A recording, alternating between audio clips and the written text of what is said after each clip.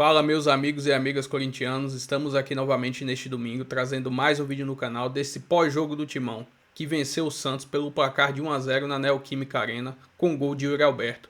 Vitória importante. Estou trazendo um corte aí desse pós-jogo. Se inscreva no canal, deixa seu like, seu comentário e vamos aí para o vídeo. Do Campeonato Brasileiro, mais uma rodada quentíssima, hein? Com clássicos na tarde de hoje. E a gente já vai então para a Neoquímica Arena, porque Lili Nascimento está por lá, tá bom, Bubu? Quase sempre ela está por lá. Se ela não tá lá, ela tá no Parque São Jorge. Exatamente. Ou um lugar ou outro. CT. Também. Parque Ecológico. É verdade. Ou viajando com o Corinthians. Ela está perto. Pois é, esteve em Montevidéu, não foi? Esteve causando. Sério? Não, causando alegria pra gente que estava com ela, dividindo mais uma cobertura, grande repórter que é. Então agora ela vai causar informação pra gente aqui, a repercussão então, Lili, da vitória corintiana aí na Neoquímica Arena. E mais um jogo especial para o Yuri Alberto, hein? Boa noite.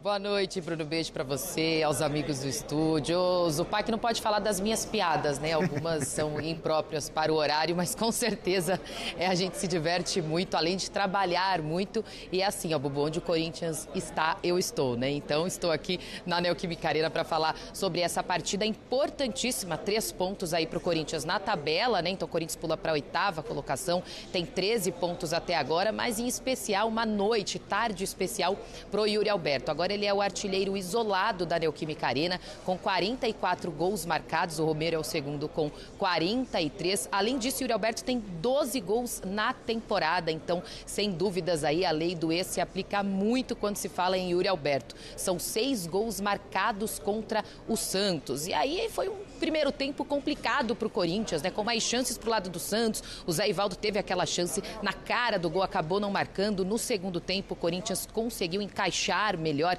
Teve o gol do Yuri Alberto, o segundo gol dele também, que foi anulado, mas de fato, assim, num panorama geral, foi uma vitória importante, que a gente lembra que na última rodada o Corinthians perde para o Mirassol, tem uma atuação bem ruim, depois vem um jogo na Sul-Americana importante, mas não foi uma atuação brilhante por parte do Corinthians. Também não foi brilhante num clássico, mas clássico tem que se ganhar e o Corinthians fez isso, garantiu esses 3 pontos com quase 47 mil torcedores presente, então a Fiel sempre representando quando o Corinthians joga em casa. Eu estou aqui na zona mista aguardando para ver qual jogador irá falar. A gente tem quase que certeza, né? Erraria muito aqui se eu falasse que o Yuri Alberto não vai aparecer. Então a gente aguarda que daqui a pouquinho ele deve estar aqui. Vamos esperar também para ver quais outros jogadores irão falar. Mas é isso, ó. Clima tá bom, clima tá leve, havia uma tensão aí, né? Antes desse clássico, mas agora com a vitória a gente sabe que quando ganha, né? O clima é diferente, até chegar a próxima partida, amigos. Ou até chegar a próxima discussão política, ou Até o dia 26. As questões que envolvem o extracampo do Corinthians. Mas em campo, hoje, o Corinthians, a Elias, conseguiu vitória importantíssima. Mais uma em um clássico contra o Santos na Neoquímica Arena. Lili, você já volta, tá? E aí, Zé? Tudo bom, Bruno? Bubu, prazer. Zupac, boa noite a todos que estão nos assistindo. Não, uma vitória do qual o Santos, no primeiro tempo, abriu mão da vitória quando ele perde... Da vitória não, né? De um resultado melhor quando ele perde 2 gols consecutivos, né? Um com o Zé Alba e depois... O Zé Ivaldo, desculpa. E outro com... O Barreal, né? Que ele pega na bola errada, ele tinha que bater... Os dois no primeiro tempo, né? Os dois no primeiro tempo, dando uma curva, ele pegou a bola reta, né? O Corinthians entrou num 3-5-2, 3-6-1. Eu, particularmente, não entendi direito esse posicionamento do Corinthians por jogar em casa, por não aproveitar o momento do Santos, né? E o Santos, no meu modo de ver, no primeiro tempo foi melhor, foi superior ao Corinthians. O Corinthians jogou apenas com o Yuri Alberto lá na frente, explorando o contra-ataque. Eu acho um posicionamento errado, e aí no segundo tempo ele corrigiu, quando ele traz o Carrillo por dentro e põe o Martínez para o lado, e aí você tem um jogador que podia, né?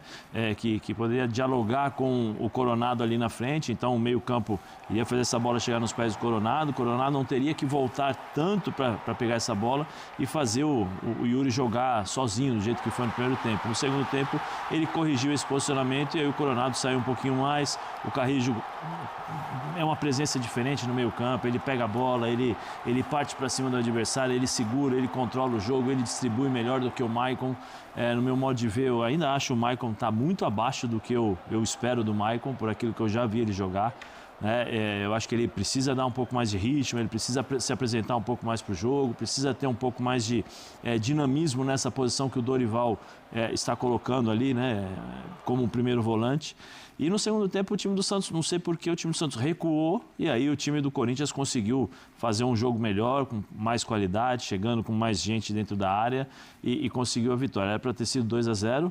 Né, mas foi realmente falta ali do Félix Torres em cima do... Foi, Zé? Foi Todo falta. mundo achou também? Acho que foi um lançamento maravilhoso, o lançamento mais bonito da carreira. Eu ia falar exatamente isso. Só que ele atrapalhou, ele matou. Eu ia falar assim, todo mundo perdoou o Félix Torres depois desse lançamento, né? Mas foi falta ali, ó. Foi claramente por uma cima falta. e por baixo. E assim, o lançamento foi bonito e a finalização do Yuri mais ainda, né? Um golaço. Seria... A pena pro Yuri. Assim, eu concordo muito com o Zé sobre a diferença entre primeiro e segundo tempo. Assim, especialmente para equipes tão irregulares como o Corinthians e Santos, você dificilmente vai ter um jogo em que você vai ser dominar, vai ser o melhor os 90 minutos. Sempre vai ter alternância. Então você tem que garantir que no seu momento bom você construa o placar. Mesmo esse Santos mal?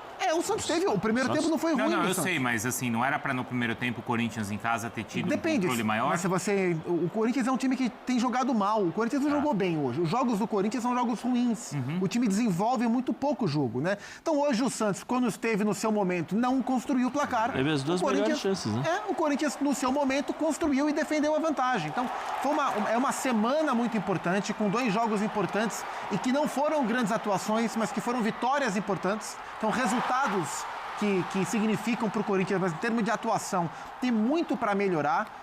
E acho que essa questão do Carrijo é uma questão central do posicionamento do Carrijo para o Dorival enxergar agora. Porque quando o Corinthians não tem, especialmente quando não tem Rodrigo Garro, como não tem já quase o ano inteiro, e o Memphis, que continua machucado, o Corinthians perde praticamente todo o seu potencial criativo. Só sobra o Coronado.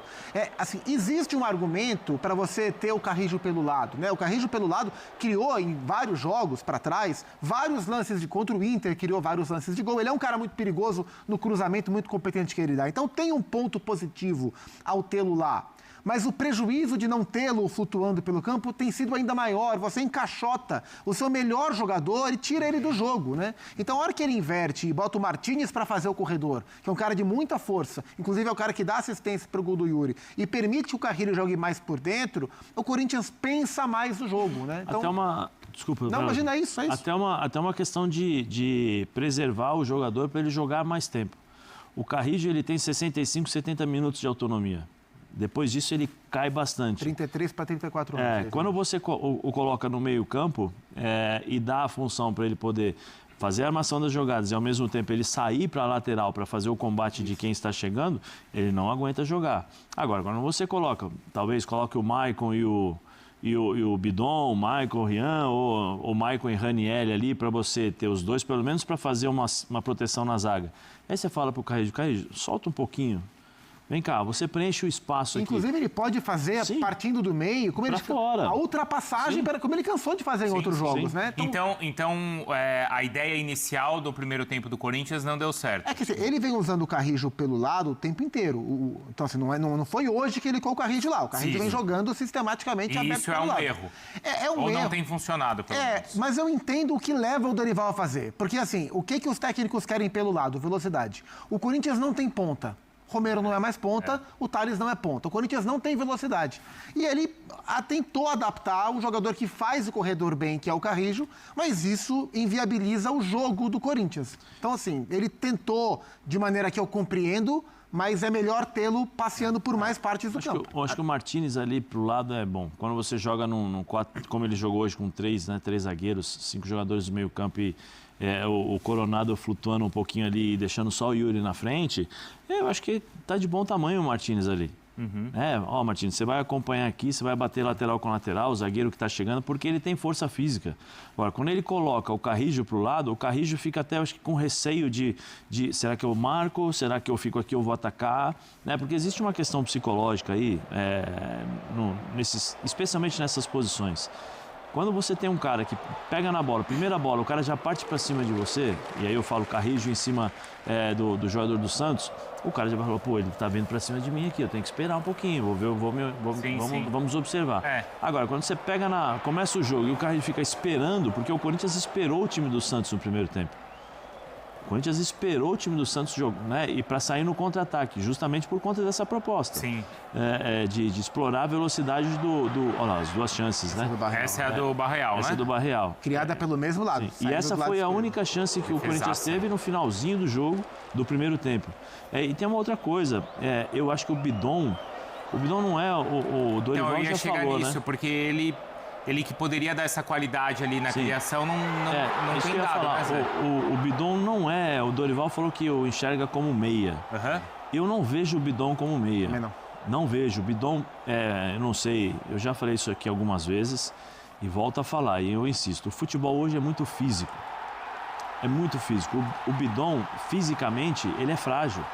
Quando você tem um jogo de embate físico ou que a equipe adversária coloca muita intensidade, ele sofre, ele tem dificuldades para acompanhar isso.